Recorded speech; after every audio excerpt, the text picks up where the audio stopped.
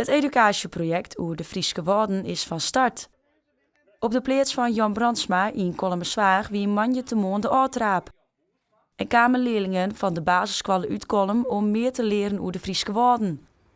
Maar waarom is dat zo wichtig? Het is nice dat een boer zeg maar melk en vlees produceert, zorgt de boer direct voor het stukje landschapsonderhoud. Dus zodra je boet het warp en de stad binnen wat je dan exjuggen. En dat een stukje natuurbeheer.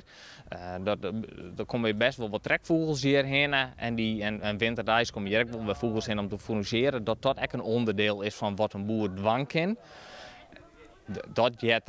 Dat een boer meer doet dan alleen een melk en vlees produceren. De dijwaard begon met een liedse uitlis.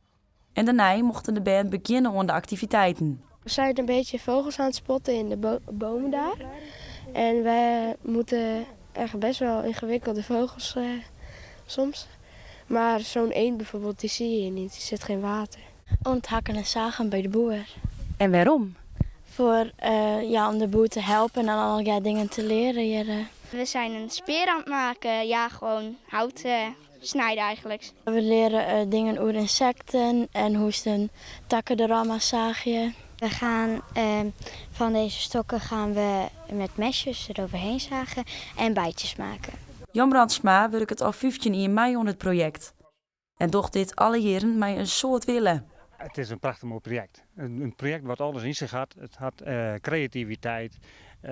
Ze moeten fysiek met zo'n ontwerpen en er wordt hem wat verteld. Ruben vindt dit een belangrijk onderwerp.